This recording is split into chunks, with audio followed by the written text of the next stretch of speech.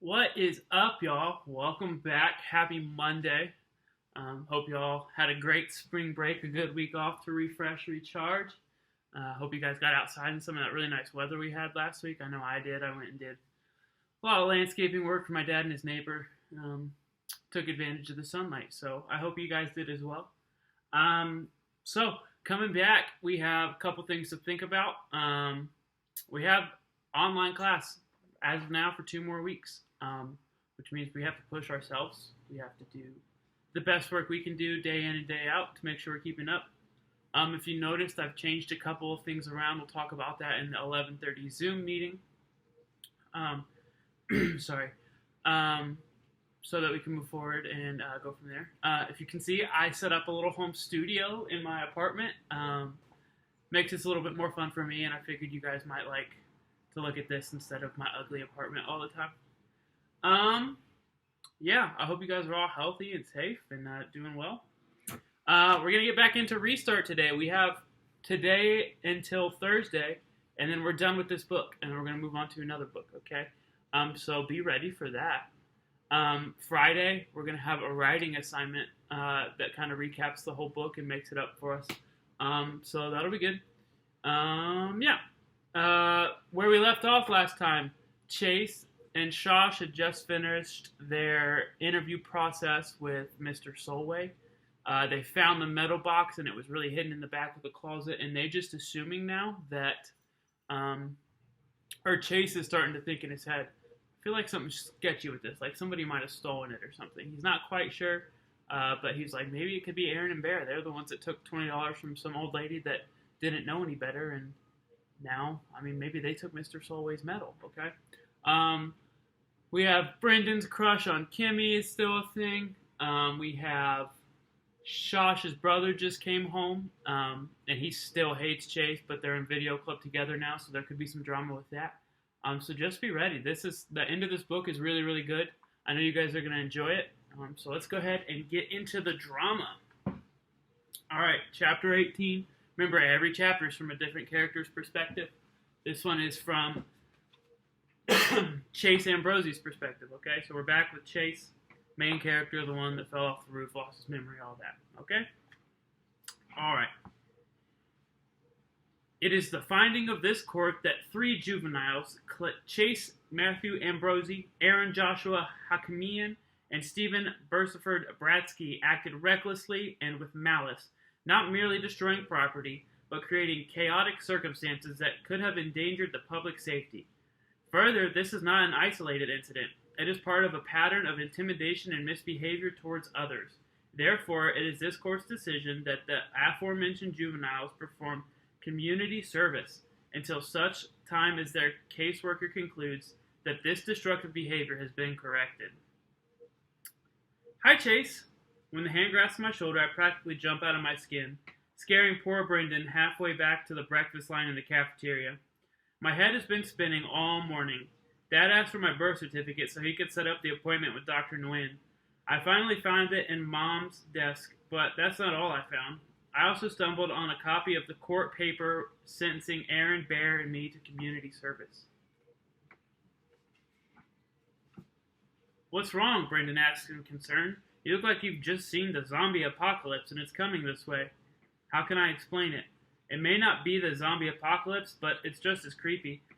The judge's words have been burning themselves into my brain. Pattern of intimidation, zero remorse, pathway to criminality if left unchecked. I didn't realize how bad it was. Oh sure, the flashbacks keep coming.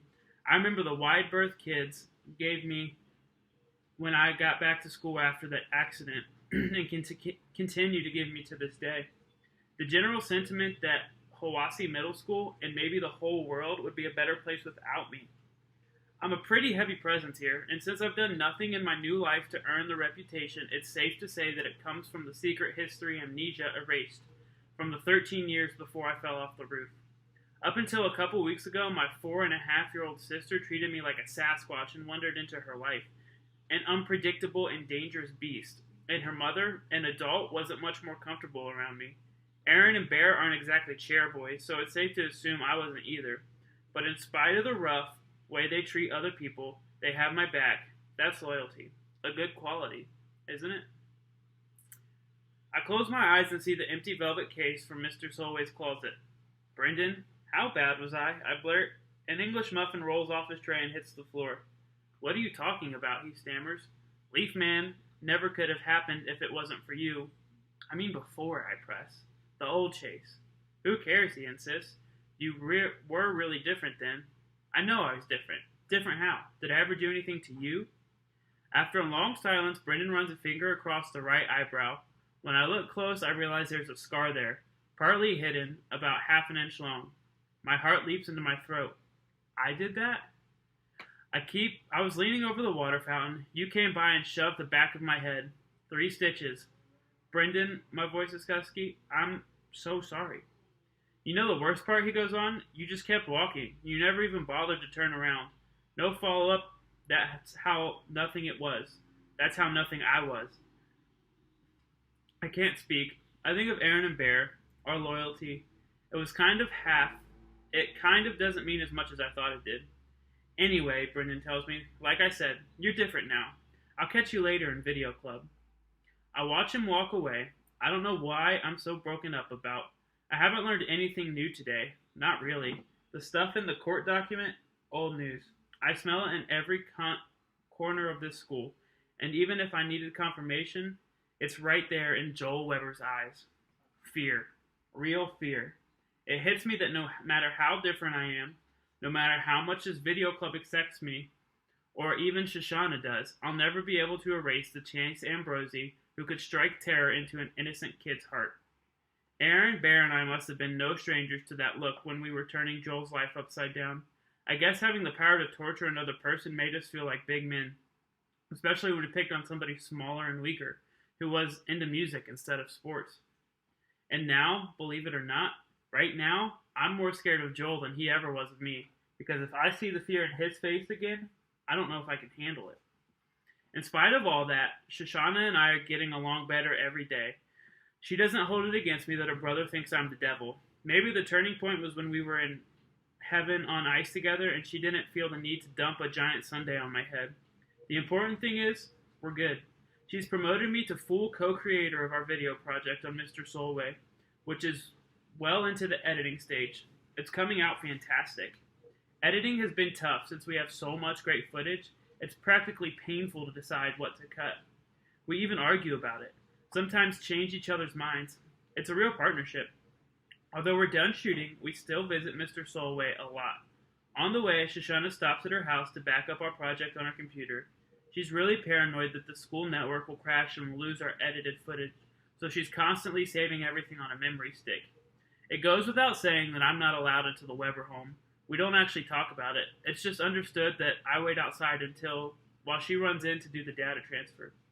One afternoon, I'm standing there, hoping Shoshana's mom doesn't glance out the window and then turn on the sprinklers, when I hear music coming from the house.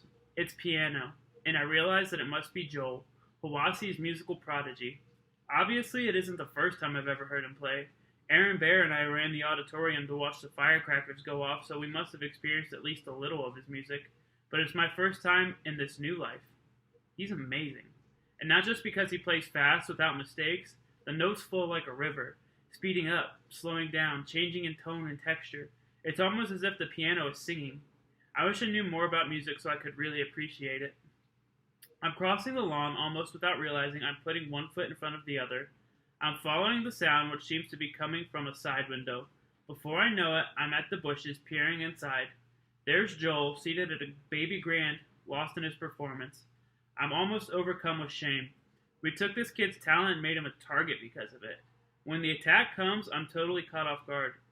Supernova of blonde fur launches itself at me, clamping its paws around my legs and burying its teeth in my denim of my jeans.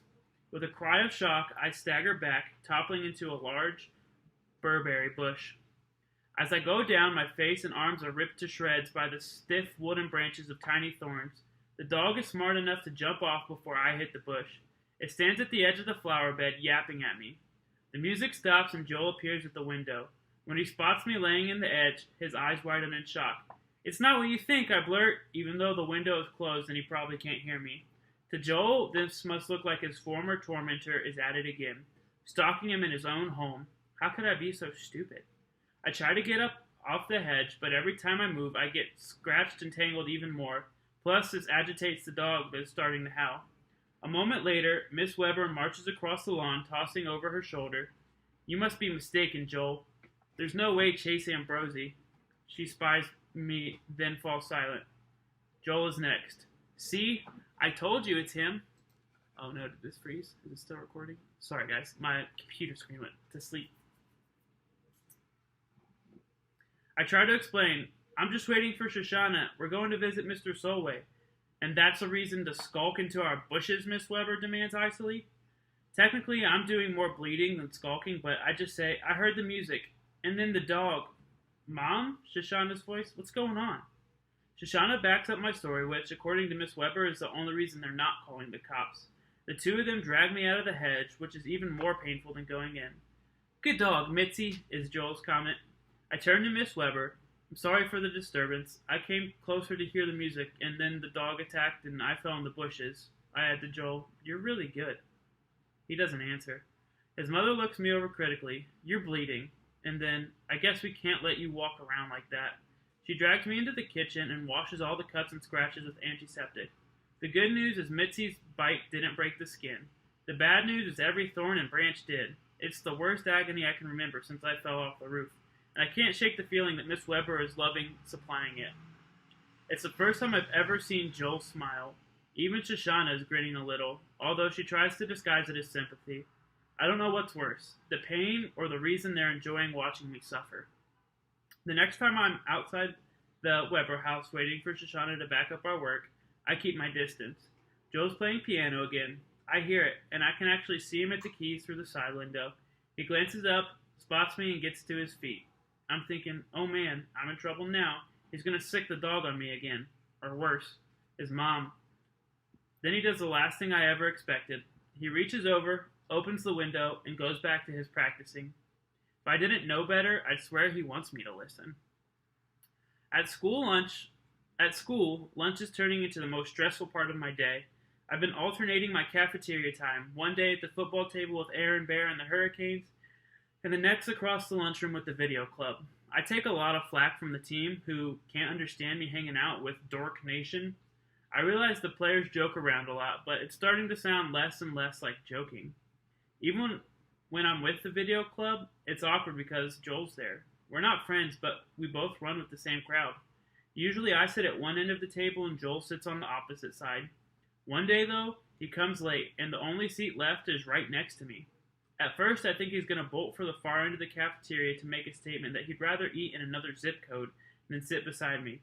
And he does hesitate a little. Eventually, though, he gives in and sets his tray down next to mine. Everybody else was looking at us like there's about to be a major war, but nothing happens. Still, a couple of days later, the others make sure there's a spot for Joel, nice and far from me. None of this escapes the watchful attention of Aaron and Bear. I get that you hang out with the video dweebs now, Aaron tells me, but him, Joel Weber, it's thanks to him that we got our community service. Yeah, and we never did anything to him, I retort. Okay, fine, says Bear, but how were we supposed to know he was going to cry to Mommy? We booby-trapped his piano in an auditorium full of people, I bark. I think his mommy would have noticed without him ratting us out. All right, you made your point, Aaron sues. It wasn't the nicest thing to do, and we're paying the price for it, aren't we? It's over. Forget it. And why Joel, huh? I go on. I know you think all the kids in the school who don't play football are either dweebs or wimps or losers, but how's he different from everyone else? Because he's small? Because he's talented? Bear explodes. Why don't you ask yourself? You're the one who picked him. You used to be a fun guy, or did you forget that too? We did what we did just because it was fun, and the more Weber lost his mind, the funnier it was, especially to you. Did it feel great when we heard he was going to that other school? No, but by then we were headed for the Graybeard Motel, so who cared where they sent him anyway? I can feel the color draining from my face. That might be the closest thing I'll ever get to understanding how my brain worked before the accident. I may not like it, but it's me. That afternoon, Shoshana and I finished the final edit of our entry for the contest. We've titled it Warrior. Neither of us can wait to play it for Mr. Solway, but We make the usual stop at the Weber home for Shoshana to back up our work. Like always, I wait on the lawn while Shoshana heads into the house. She pauses in the doorway and tosses a look over her shoulder. Aren't you coming? A million questions whirl through my head. Did I hear her right? Is she kidding? Will her mom kill me? Her brother? Her dog? Yet somehow that I know that if I ask any of them, I'll spoil it, and the opportunity will be lost forever. So, I follow her into the house. Miss Weber sees me first. She stares at me for a second and then just goes back to the book she's reading. In the living room, Joel is at the piano as usual. He glances up at me and the music comes to a momentary halt. He takes a hard look and then goes back to his concerto. I'm not sure why, but I feel an odd surge of emotion and have to swallow hard a couple of times. Even Mitzi wags her tail. Chapter 19, Bear Bratsky.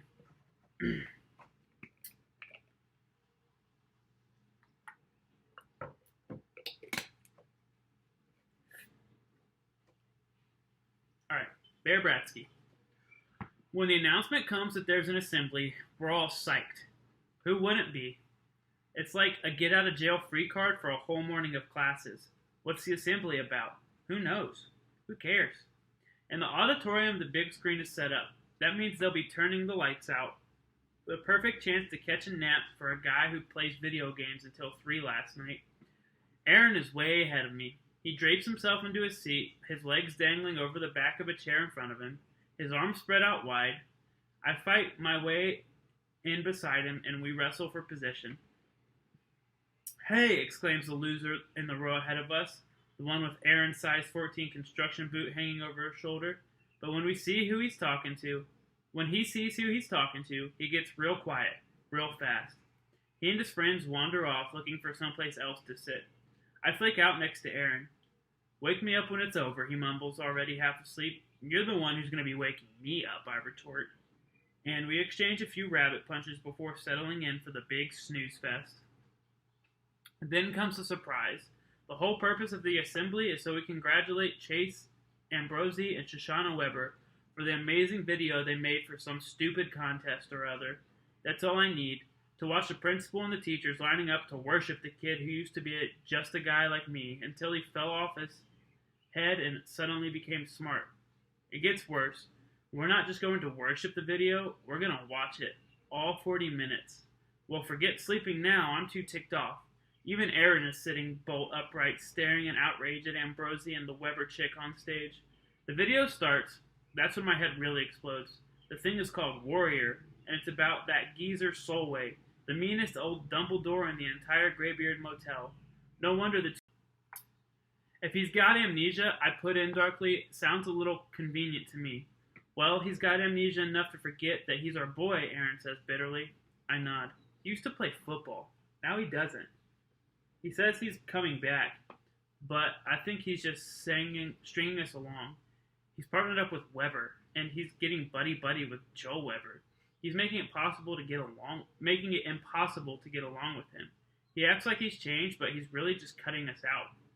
On the screen, there's a close-up photo of a gleaming Medal of Honor, and the voiceover, Shoshana explains that this isn't the actual medal Mr. Solway received. Mr. Wonderful Solway isn't just a hero. He's modest, too. He never wore the dumb thing because he didn't want people to feel bad that they don't have one. And over the years, he forgot where he put it. Yeah, right, I mutter. Shh, Aaron hisses. When it's finally over, Ambrosi and the Weber chick get a 5-minute standing ovation. That burns me up, since I know for a fact that the other kids were just as bored as I was.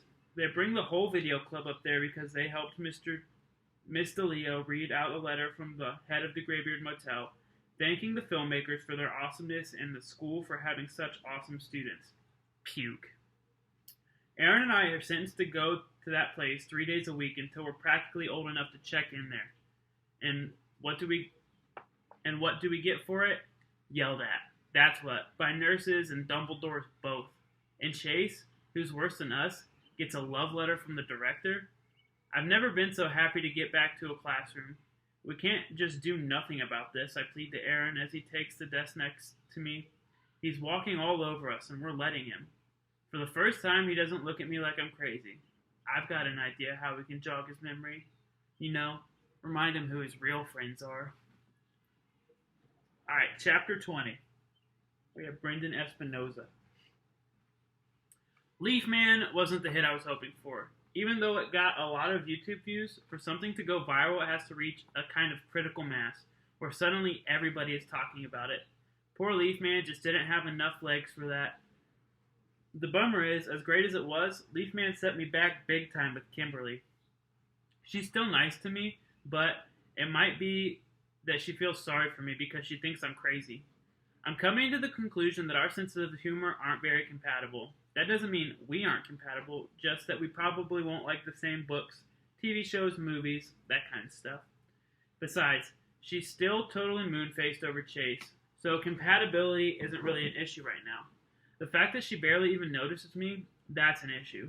Anyway, I've got an idea for a new video, and this one's going to knock her off her socks. It doesn't depend so much on humor as creativity and special effects. It's called One Man Band.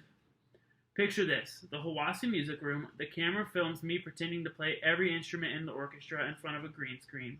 Then I use the video editing program to superimpose those images onto the various seats on the band risers until I've got a whole orchestra, and they're all me.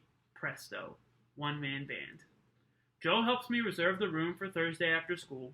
The music department is so thrilled to have their star back that Miss Gilbride would have promised her firstborn child. Besides, he's known to be a good kid. It's not like he's going to trash the risers or anything like that.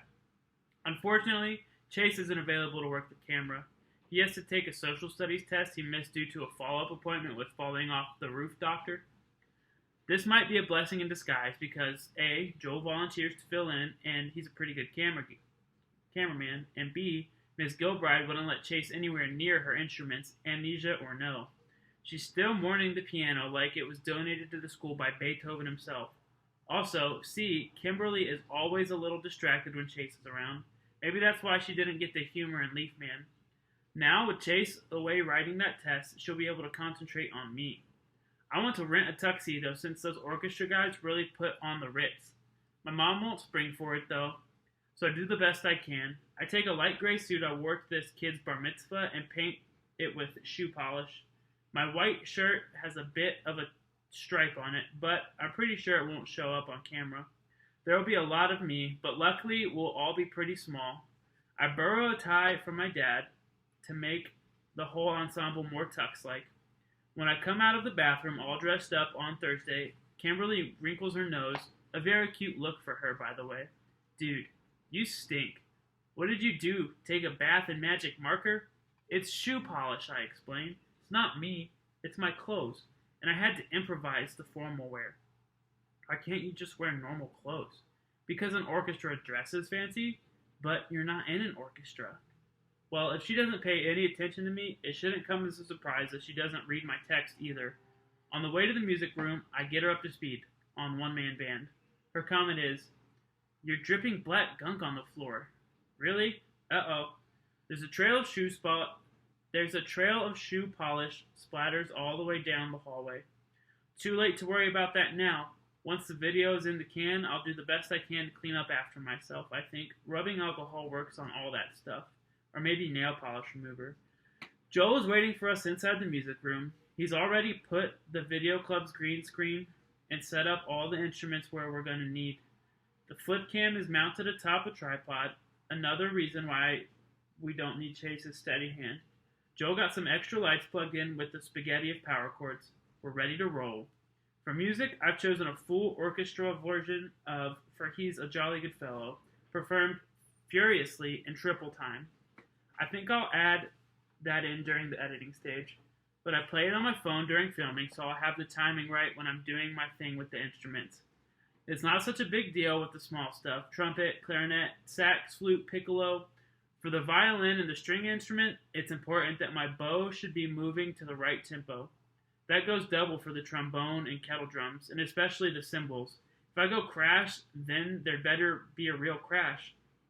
I know this song, Kimberly comments after the music has been playing in an endless loop for at least 20 minutes of shooting. How come you picked such a lousy song?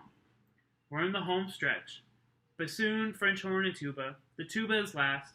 I stare at it. It's the marching band kind where you climb in the middle of it and it's all around your body like a python.